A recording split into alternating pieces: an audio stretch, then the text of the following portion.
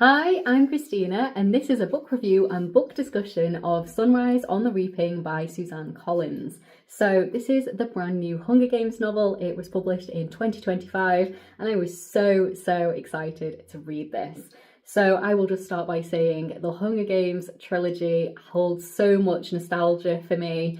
The first book came out when I was about 16 years old, so I was about the same age as Katniss herself, and obviously I was kind of growing up with her too, and I read them as soon as they were released. I absolutely loved them. They're one of my favourite young adult fiction novels of all time, and I just love them so much. It was a huge part of my childhood, young adult era, and I just love them. So yeah, for me there is so much nostalgia packed up in this series, and I will always follow this series going forward. So I would say that for the Hunger Games trilogy, I gave all of those books 5 stars. Absolutely love them. I have read them numerous times. I've read them over and over again, and I absolutely love them. They were some of the books that got me into reading in the first place. And then when she announced that she was releasing a kind of prequel novel in the form of following President Snow before he became president, I immediately wanted to read that one too. So that one was called The Ballads of Songbirds and Snakes, and I enjoyed that one, but not quite as much as the main trilogy. I gave that one 3 stars. I had a good time, but it wasn't up there with the rest of the trilogy for me. And then obviously this one is following Haymitch, who was the mentor of Katniss and Peter in the original Hunger Games series, and I was really excited to read this one, and it absolutely did not disappoint. I think this one is far better than The Ballads of Songbirds and Snakes. This one is brilliant. I've given it 5 stars. It's just as good as the main trilogy, and I absolutely loved it. So I just wanted to talk to you a little bit more about it. So I'm just going to tell you that in this video, I'm going to start with a book review, which I normally do, and it is going to be spoiler free. I'm not going to ruin anything for you at all. I'm just going to tell you a little bit more about the book. And then later on in the book review and the video, I'm going to move on to a kind of book analysis, book discussion section, and that is going to be filled with spoilers. Obviously I have to spoil things to talk about the book, but I will absolutely let you know when we get there. I will tell you, so there is time to leave and not get anything spoiled for you. And yeah, I will just get into it. So basically, I thought this was brilliant. Like I just said, it's a 5-star read. I was so excited to realise that we're going to hear more about Haymitch. I absolutely loved Haymitch as a character. I thought he was such an interesting character in the sense that what we knew about him from the original trilogy was that he is a victor, obviously, of the Hunger Games. We knew for a fact that he won the Quarter Quell. We knew that in his games there were double the amount of children that went there. There were 2 girls and 2 boys for each district, rather than the normal 1 boy and 1 girl from each district. We knew he was the winner, and we knew that he did something with a force field to win, which is possibly a little bit against the rules. And we also knew that because of this, and because of what he did against the Capitol and against President Snow, we knew that his mum and his brother and the girl that he was in love with were killed by President Snow. So that's everything we kind of knew about him. We also knew that he had a lot of issues with alcohol. He is an alcoholic, he is a drunk, and we're just getting so much more of his backstory. So that's basically what we knew about Haymitch, and I would say he wasn't always the most likeable of characters, but a brilliant character, a very flawed, nuanced, very interesting character, and obviously his whole kind of relationship to the kind of uprising and the revolution and the rebellion, very interesting. And he obviously knew a lot more than Katniss and Peter ever knew, especially Katniss. He knew a lot more than he ever kind of revealed. So yeah, I was very excited to read about this. So essentially we are following Haymitch, and it is the day of his birthday, is the day of the reaping, which I think is new information. I think it's new information for me. So yes, every time there is a reaping, it is his birthday. So obviously we know that he wins his Hunger Games. That's why he is their mentor. And we know then that since he won the games, he had to mentor 2 children from his district every single year and watch them all die. And we know that they all died because we know that there hadn't been a victor in District 12. So to think that every single year he had to look after and mentor 2 children, 1 boy and 1 girl every year, and watch them essentially die and lead them to their death. And then also the reaping was on his actual birthday. It's like this horrible thing that happens year after year, and it also is marking his birthday. So we are following him about a couple of days just before the reaping itself, and this is the reaping for the 50th annual Hunger Games. And we're just kind of learning more about him as a person. We see him spending time with his mum and his brother, and obviously we knew for a fact what's going to happen to Haymitch's family because we know from the original trilogy, and this is a prequel, but we don't know very much about them at all. We know that they are living in the Seam, and we know that his father has passed away. We find out more about his mum, and she does a lot of laundry to get some extra money. We find out about his brother. He's quite a lot younger than Haymitch. He's called Sid. He seems really, really lovely, very bright, and he has an obsession with the stars. It's something he's really interested in. And we find out more about the girl that he's in love with, and she's called Lenore Dove. And she is one of the Covey, which is the same kind of group of people that Lucy Gray was from, the one that President Snow mentored in his Hunger Games, and the kind of connections between Lucy Gray and Lenore Dove. And he's absolutely infatuated with Lenore. She is a kind of typical Covey girl in the sense that she's really into music, she's really into singing and playing instruments. She wears beautiful, bright coloured clothes, and they are a group of people that weren't really belonging to any of the districts, and they were travelling between the districts because they were essentially like travelling musicians and just going between the districts, playing music, singing songs, and that was essentially their entire job and also their passion. Essentially, they kind of got stuck in District 12 when everyone kind of was, formally put into districts, and obviously they couldn't leave.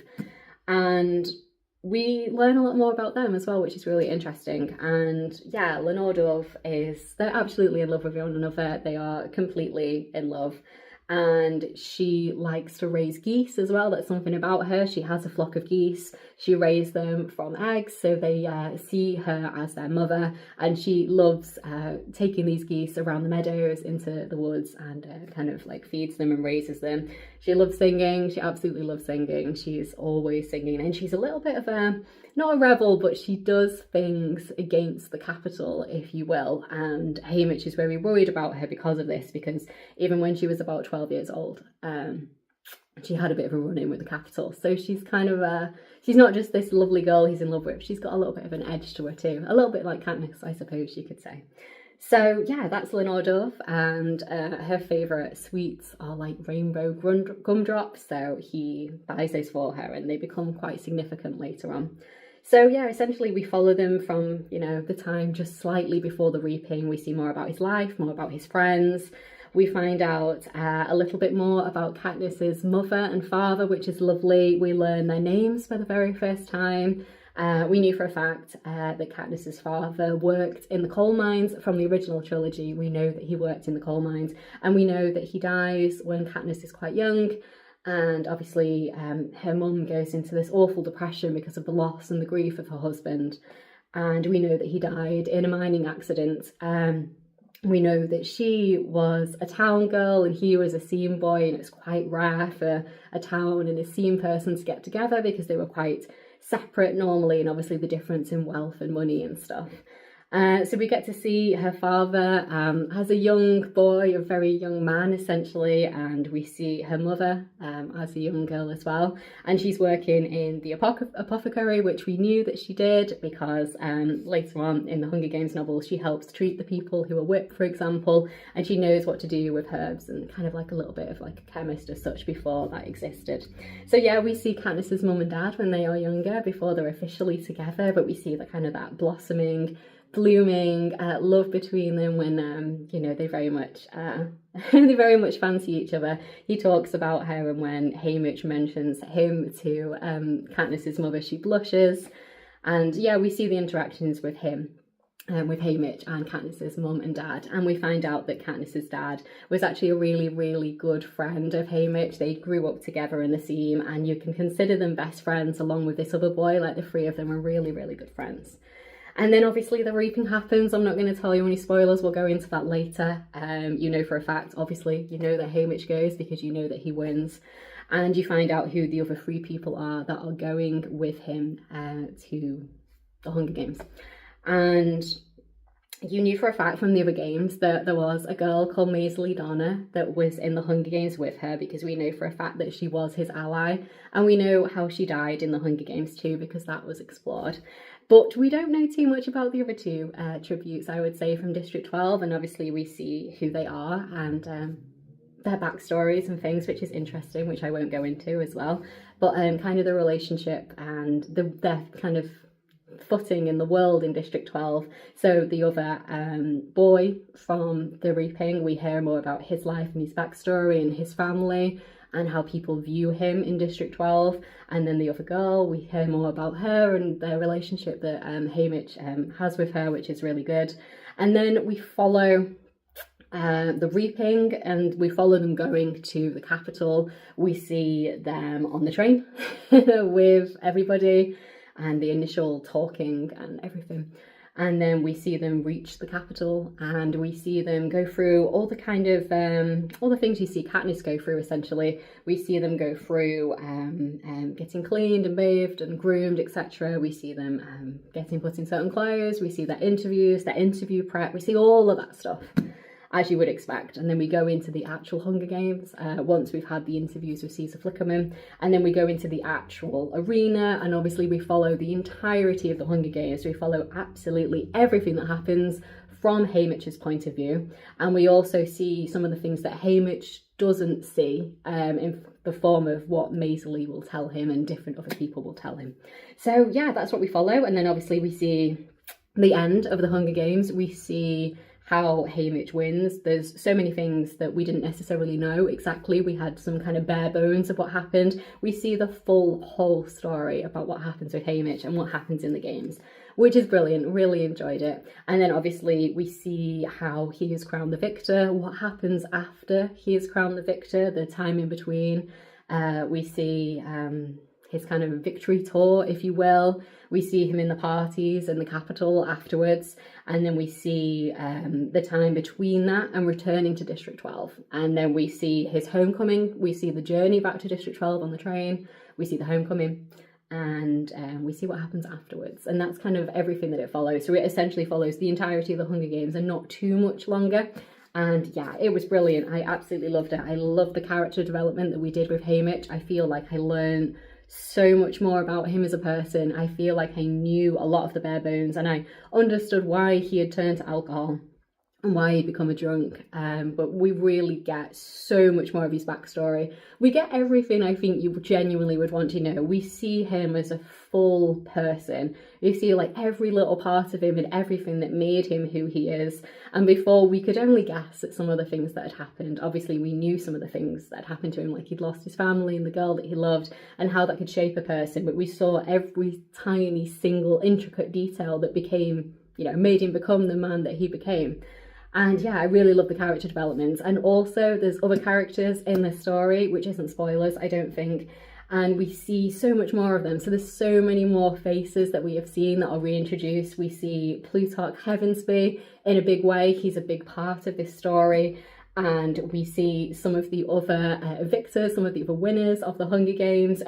Particularly, we see Beetee. He is a big part of this story. We also see a little bit of Beetee's family. His son is also a large part of this story, which was really interesting. There's a lot of backstory for Beetee, which I really, really enjoyed. And I think it really cements who he is as a person, because we knew a little bit about Beetee, but we didn't know a lot about him. We also see a lot of Wiress, which I really, really enjoyed. Really, really like that. We see some Mags, a little bit more of Mags. I'd say we see a lot more of Beetee and a lot more of Wiress, a little bit more of Mags, a lot more of Plutarch Heavensbee. Obviously, we see Katniss's mum and dad in a much larger way. We know Maisie Donner, for example, one of the people with him in the Hunger Games. She was a twin, which we knew. We knew the backstory because they were friendly with Katniss's mother. And we know that she is the original owner of the Mockingjay pin. And we hear about how the pin was made. And so it wasn't a pin originally, it was a necklace. But we see how that was made and how it was given to them and who made it, for example. And then the story of all of that, because obviously it's different in the movies.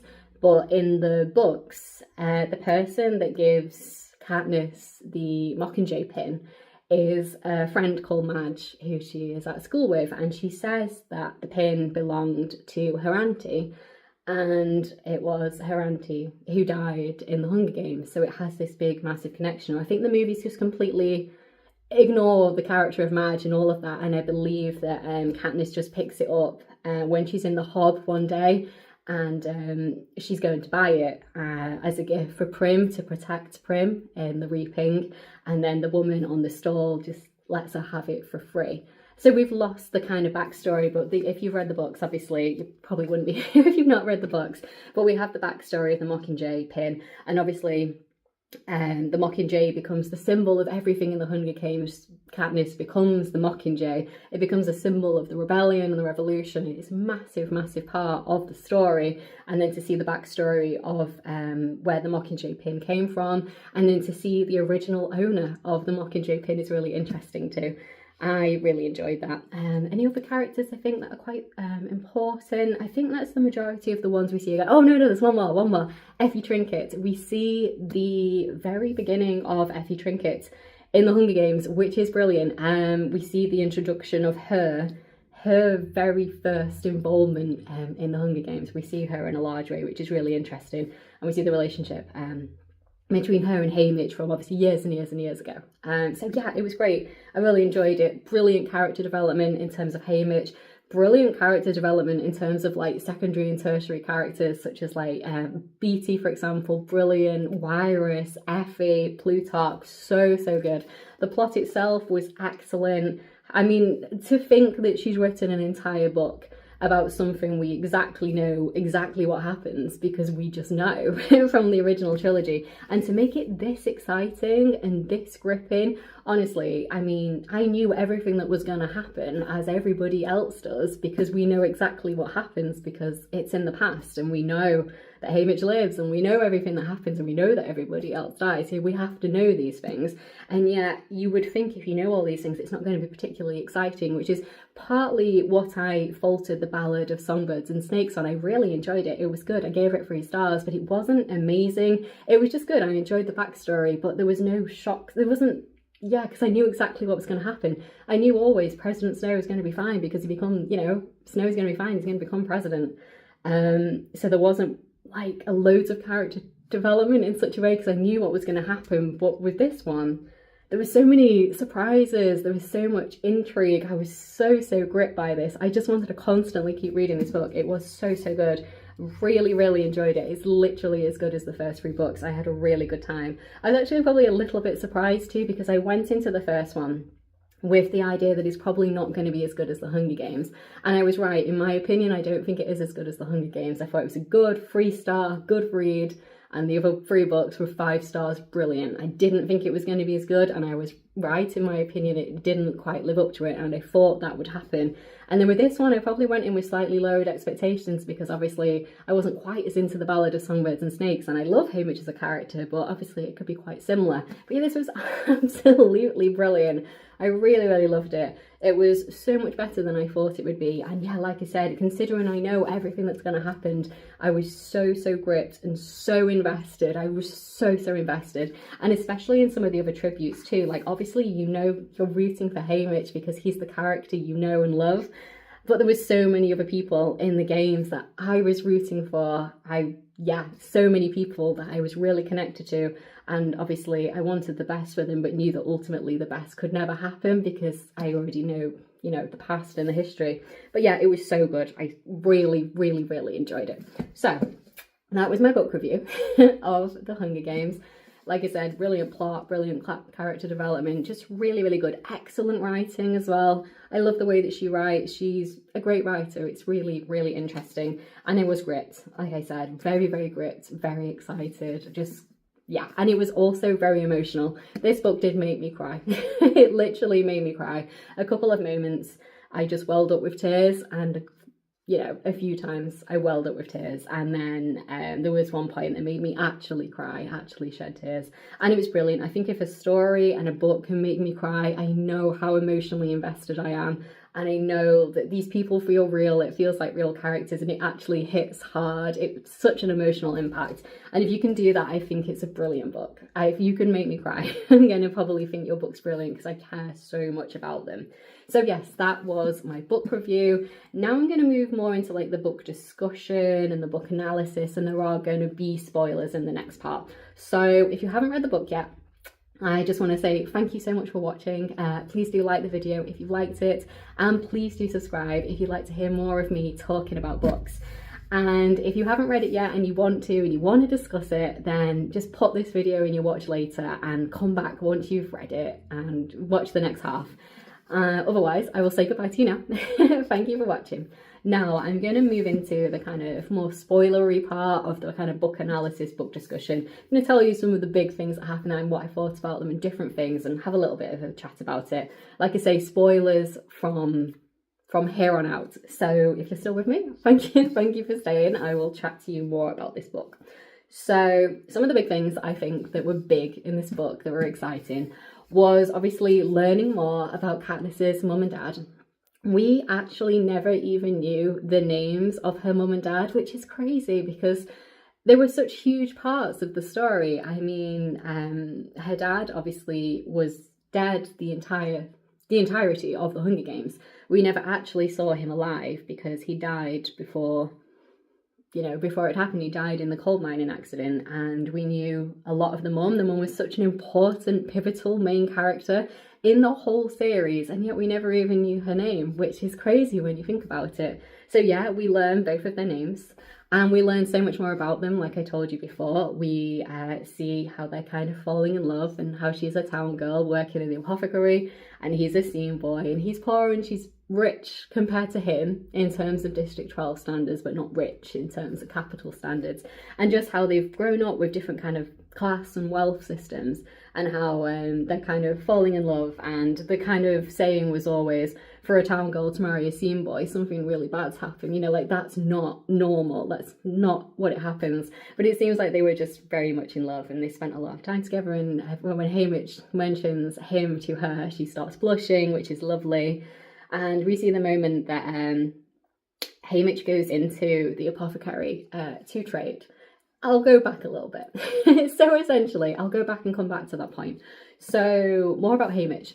Haymitch is a bootlegger, which is interesting, not too surprising because, you know, we know he likes to drink, we know he likes alcohol in the main series, but in this novel he does not drink at all. I would say he's completely teetotal. He has no interest in alcohol whatsoever. He is kind of involved in the little bit, definitely illegal, little bit dodgy kind of like bootlegger business.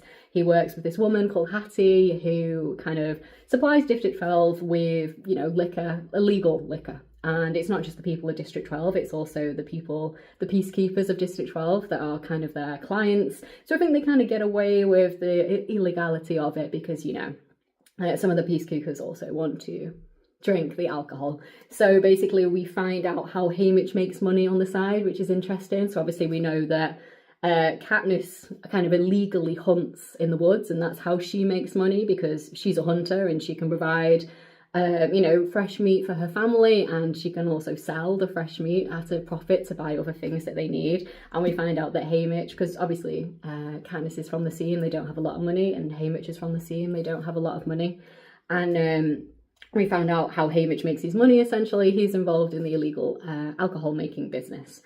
As it is his birthday on the day of the reaping, the woman that he works with, who is really lovely and they seem to have a nice relationship, gives him a bottle of liquor for his birthday. And he has absolutely no interest in drinking it. He doesn't even consider drinking the alcohol. I know it's his birthday present, but he doesn't really drink alcohol at all. It's just something he's not interested in. So his immediate reaction is, I'm going to trade this liquor for something else to give to his one true love, which is Lenore. So he goes to the apothecary and he sees Katniss's mother, and she trades the alcohol with him. Obviously they can use it in the chemist, and gives him a good price. So he uses the money he got from the liquor to buy some rainbow gumdrops for his one true love, Lenore, because they're her favourite sweet. And then a couple other things that we will mention. We find out that Katniss's father is called Burdock, and he is one of Haymitch's best friends, and they grew up together in the Seam, and they're really, really good friends. And then we find out why he's not so friendly with them later, and that is because once he's won the Hunger Games, and once he's lost Lenore, and once he's lost his mom and his brother, he has nothing left to live for, and he knows that he's a dangerous person to be around. So if anybody else is close with him, loves with him, they are a target from President Snow. So he knows for a fact that he needs to distance himself from everybody he cares about. Absolutely everyone he cares about has to have a decent chunk of distance from him so he can protect them from President Snow.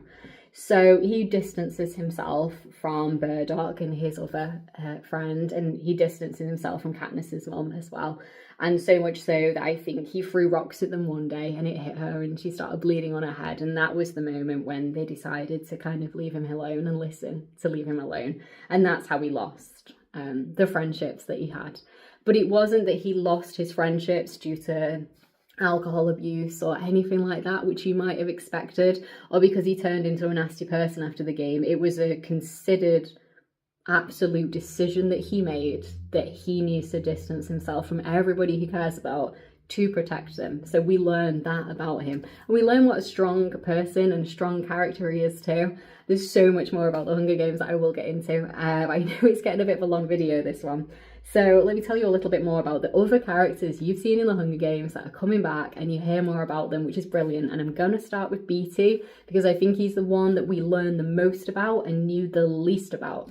So obviously with Beatty, we didn't really know him in the first few Hunger Games. Obviously we only really know him in the kind of final Hunger Games that Katniss goes into, and the way he is trying to blow up the arena. So we know that he is super, super bright, super intelligent, and we know he's really important to the Capitol because so many of his inventions are brilliant. He's a brilliant mind and they can't afford to lose him. And we learn so much about him in this. So we know that he is a victor, and we know that he has done something that has really annoyed the Capitol. There is so many things that he can do. He has so much power.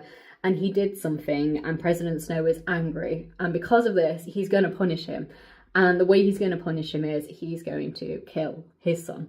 And he's not just going to kill him in some roundabout way and let him find out. He's going to ensure that he is reaped in the Hunger Games, and Beatty is going to have to watch him die in the Hunger Games. And not only that, he's going to have to mentor him in the Hunger Games, mentor his own son to death, and watch the entirety of the thing. And it's not just like he's going to just watch it on TV. He's literally going to be every step of the way. He's going to be the one choosing the gifts. He's going to be the one helping you with the interview prep. He's going to be there the entire time. And this is punishment for what he has done.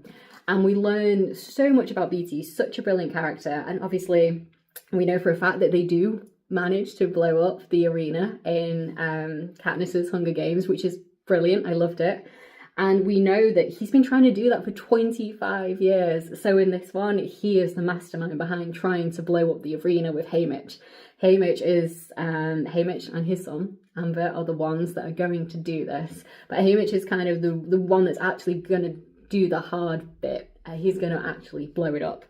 And he's there trying to help Haymitch and kind of incite revolution, incite a rebellion, which is interesting. And then we know for a fact that he has, for the last 25 years longer, trying to do something to stop the Capitol. So it really added so much depth and gravitas to what he actually achieved that you already know. So we know for a fact that he managed to blow up the arena, which is amazing. But I didn't know that he'd been trying to do that for 25 years. And also, obviously, the fact that his son dies here, and the knowledge that he lost his son for something that he did because he pushed too hard.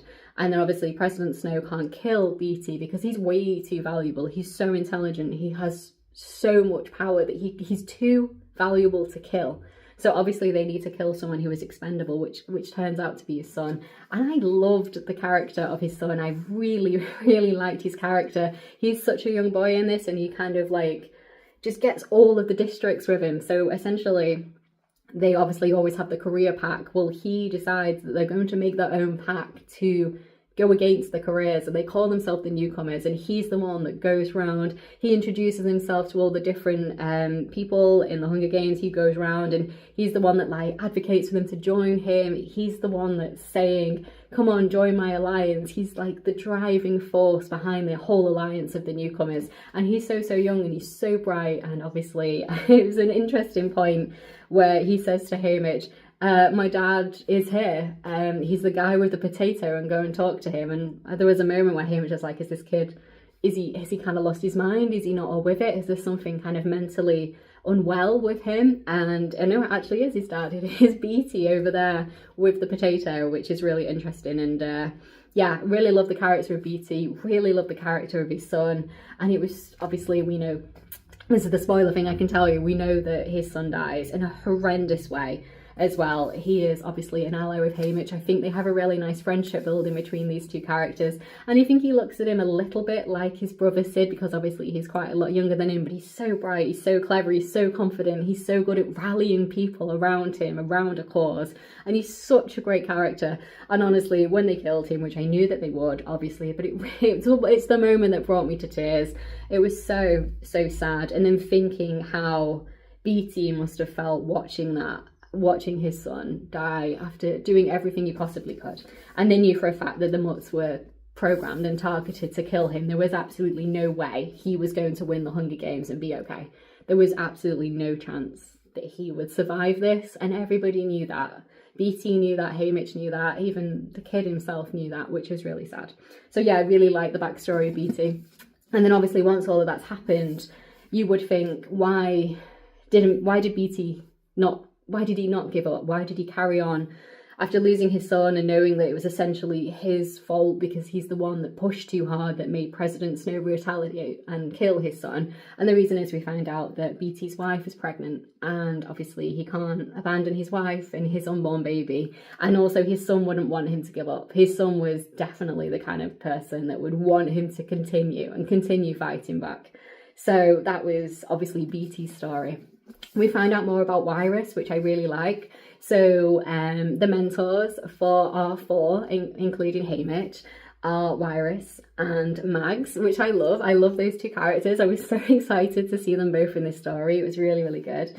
And we learned quite a lot about Wirus. So we didn't know that much about Wirus before. We knew that she was a victor, and we knew that she was mentally unwell, and she was always just repeating words and saying things over and over, and she was definitely very, very unwell mentally, and that's what we knew about her. And we know the backstory now, so we know for a fact that she won the previous Hunger Games. So if Haymitch wins the 50th, we know that Wirus won the 49th annual Hunger Games, and we find out that she actually never killed anybody at all. She isn't a murderer. She was a lovely person who used her wits and her intelligence to outsmart the game makers and outsmart the Capitol. So essentially what happens was she was in a Hunger Games which was all about mirrors, and there was mirrors absolutely everywhere. So it was really disorientating for the people, especially the careers, because if you try to attack someone, it's obviously the reflection in the mirror. So she basically said that if she saw danger, she would walk towards it because she knew it was only the reflection of danger. But she was very, very intelligent, and she figured out essentially how to survive. She found a blind spot. She found an area where she couldn't be reflected, essentially. So even when people were trying to come and hunt her down and kill her, they couldn't find her. She'd found a blind spot which was completely protected, and so protected so much that even the Capitol can't access her. So even when the Capitol were trying to deliver her gifts, her food, her drink, etc., they couldn't deliver it to her because they couldn't find where she was to actually deliver it, which was really, really interesting. And essentially she won because she was so intelligent, and she knew the actual arena more than the game makers who designed the arena. She seemed to understand it on a deeper level than even the people who'd made it, which was brilliant. And yeah, she literally didn't kill anybody at all to win. She just outsmarted everybody, including the game makers, and she was the last to survive. And everybody else died, and she used her intelligence, which was brilliant. And we find out that she is super smart, and there was definitely nothing, she wasn't mentally unwell. She was very bright, very astute, very intelligent. And what happened was, after Haymitch's games, because obviously she was involved in trying to destroy the arena, obviously that they knew some people had access to Haymitch, and the people who had the most access to Haymitch were obviously his mentors, Mags and Wirus. So we knew for a fact that she had to be involved. And she was tortured terribly, so much so that when she went after Haymitch's games, she would just kind of twitch and move her head and say words over and over and over. There was just a constant stream of talking. So she'd been tortured so horrendously that they'd kind of broken her mentally, and she was very, very mentally unwell. And we know for a fact that Mags was tortured too, because she comes out in a wheelchair. So it looks like Mags was tortured physically, we would say, maybe other ways too, but essentially physically, because she came out in a wheelchair. And we know that Wirus was tortured mentally as well. And we know that in the Hunger Games, Wirus was kind of providing the practical advice to them, telling them what you need to do and how you need to find water and food, and don't think so much about fire and friends. She had a little rhyme that she would say to try and tell them. And I would say that Mags kind of provided the more like emotional support, the comforting. She hugged Haymitch, and she was the one that apologised and said she was really sorry that Luella had died, etc. So she seemed like a lovely, lovely woman. And obviously we saw her as a much younger woman, because obviously she's very elderly in the actual Hunger Games when we see her die. So yeah, that was Wirus and Beatty and Mags. So the other important characters, Plutarch Heavensbee, he comes up a lot, really liked it. He is essentially, obviously, he's in the capital, and he is assigned to film the District 12 participants. And he does a lot of things with President Snow, different things, really enjoyed it. You can see that Plutarch Heavensbee has been part of the rebellion for decades. It's been 25 years. And I think he sees in Haymitch what he saw in Katniss. So he thought that Katniss could be the Mockingjay, the one to rise the rebellion. I think he sees the exact same thing in Haymitch. He thinks that Haymitch can do this. Obviously, it doesn't happen this time. They tried, but it fails. And 25 years later, when he does it with Katniss, it works. So I think he probably sees a lot of similarities between these two people. And I really like Plutarch Heavensbee as a character. I find him really interesting. It's for someone that has everything to potentially lose everything to help everyone and not just himself. Very interesting. Really like him as a character. Learned a lot more about him, which was good. And learned the the original kind of relationship between him and Haymitch. Obviously in the beginning, Haymitch just does not trust him. He's just some other capital guy. Has no particular respect for him. He tells him a couple of things that might help him in the arena, and he's starting to wonder, is he on my side? Is he trying to help me? Or is he feeding me information in terms of President Snow in the capital? He can't figure him out. So it's really interesting. I really like that. And then the final character that I want to talk about that's really big in this that we know is Effie Trinket, which I really enjoyed. So essentially they have a stylist and he doesn't really care. He's not bothered. He's got the worst District 12. He's not bothered. He just comes back. He gives them the same outfits every year. Just rubbish coal mining outfits, and he does not care. He thinks like he's in it for the money, and he's in it to wear his great fashion, and he's just not bothered at all. He just does not care. He's completely negligent in his entire job. And he's there wearing live reptile fashion, and because of him, live reptile fashion is banned. I think he wore a snapping turtle as a belt buckle and blah blah blah. And he wore like little snakes as earrings. Disgusting, awful. But that's what he's into, like the live reptile fashion. Essentially, he doesn't care. He doesn't even really turn up. And what happens is we see the introduction of Effie, which is great. So we find out that she has a sister, and essentially the university students are kind of people like the prep team for the districts. So there's this girl and this boy, and they are the prep team for our 4 tributes from District 12. And when they realise that this stylist isn't going to turn up and he does not care, the girl is really, really, really sad, just really, desperately sad. and really scared, and she thinks she's going to fail the course, and she, you know, tells her sister how she's scared of this, and, you know, her sister turns out to be Effie Trinket, and she's basically saying, I'm not going to let my sister fail her university course because this guy could not even be asked to do his job. So yeah, Effie Trinket just rocks up with a load of clothes, and she's not an official stylist at all. She's just the sister of the girl on the prep team, and she's just doing this to help her sister out, to just be like, I'm not going to let you fail your university course because of this guy. So that's what that is.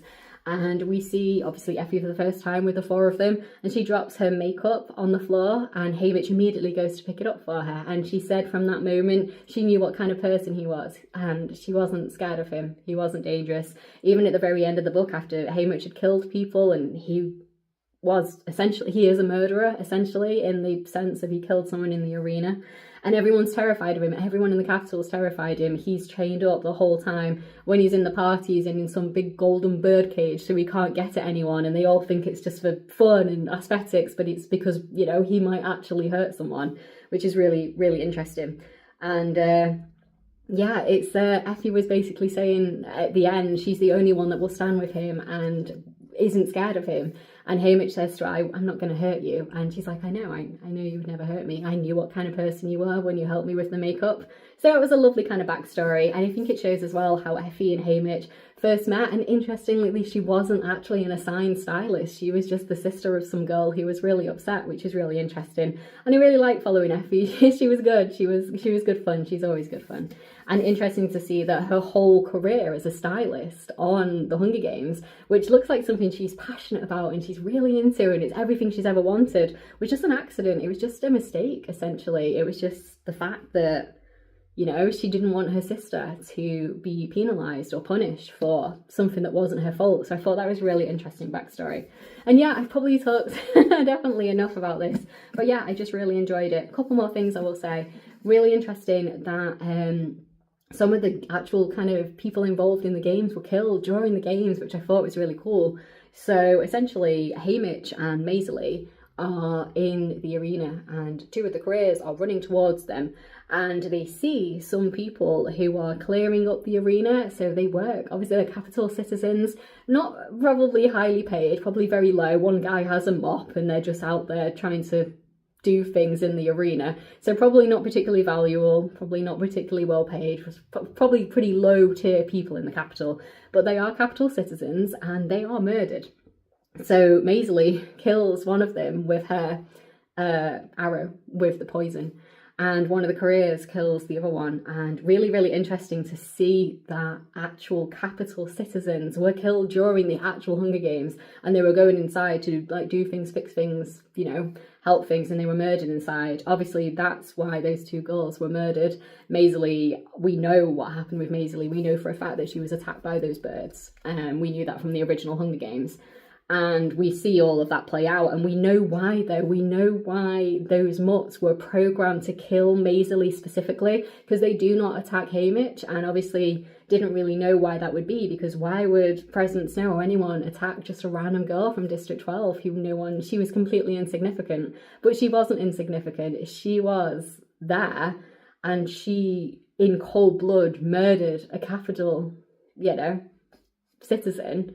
And she took her opportunity, and in a split second, she chose to kill that person, which shows that there was kind of rebellion, and she was a rebel inside herself, which is a really interesting character. And that is why Maisley is sentenced to death, because you would probably think if one of the District 12 people are going to win, it's probably going to be Maisley over Haymitch, because obviously Haymitch has done a lot of things at this stage that is going to annoy President Snow. But that's why Maisley was killed, because she murdered a capital citizen, and that's why those birds attacked her specifically. Same with BT's son. That's why I think those squirrels attacked him specifically. A couple more things, and then I will say goodbye. Luella, the character of Luella, was really, really good. So Luella was this girl who was a little bit younger than Haymitch, and when she was a kid, she had a little bit of a crush on him, and she would call him, she'd fancy him, she liked him. There was nothing there, it was just something that she had a little bit of a crush on him, and Haymitch started calling her sweetheart. And when she got reaped, they were clearly going to be allies from the beginning because he cared about this girl. He probably looked at her like a little sister, essentially. He was very protective towards her. And he thought, if this is the end, then what I'm going to do is I'm going to make it my mission to try to protect Luella. That was his whole plan. Essentially, Luella died before she even made it to the Hunger Games, which again was really, really interesting. I was really surprised. I wasn't expecting that. She died in the kind of opening ceremony. So when they're all in their like carts, the chariots and the horses, one of them kind of disappeared and, you know, hit the other one, and she came out and she banged her head and she died. And then Haymitch drags her body, sorry, he picks up her body, doesn't drag her, carries her to President Snow's mansion and says, this is what you've done. Take ownership and have accountability for the murder of this girl, essentially. And then what they do is they replace her with another girl who looks quite similar to her, like a duplicate, like a body double. And it looks like that she has been hijacked, essentially, like what happens to Peter, which is interesting. And they think she's a girl from District 11 because she kind of recognises the bread. When Mags passes her the bread basket to eat, she picks a particular piece of bread roll, and it's one that they have in District 11, so they think that's her. And she knows their reaping song and things, so she's just some girl that nobody even knows her name or anything about her, and she has been probably tortured and hijacked to pretend to be Luella, and she just keeps saying, I'm Luella, I'm from District 12. And it's really, really sad. And then obviously we see Haymitch try to protect this girl as well and kind of take her under his wing. But it's so, so interesting. I could honestly talk about this book for ages and ages, but I am going to stop it there because this is a really long video now. But yeah, really enjoyed it. It was great. I really, really liked it. If there's anything else you want to chat about, definitely let me know. I could easily chat about this book for ages and ages and ages. I absolutely loved it. 5 stars. I would highly, highly recommend it.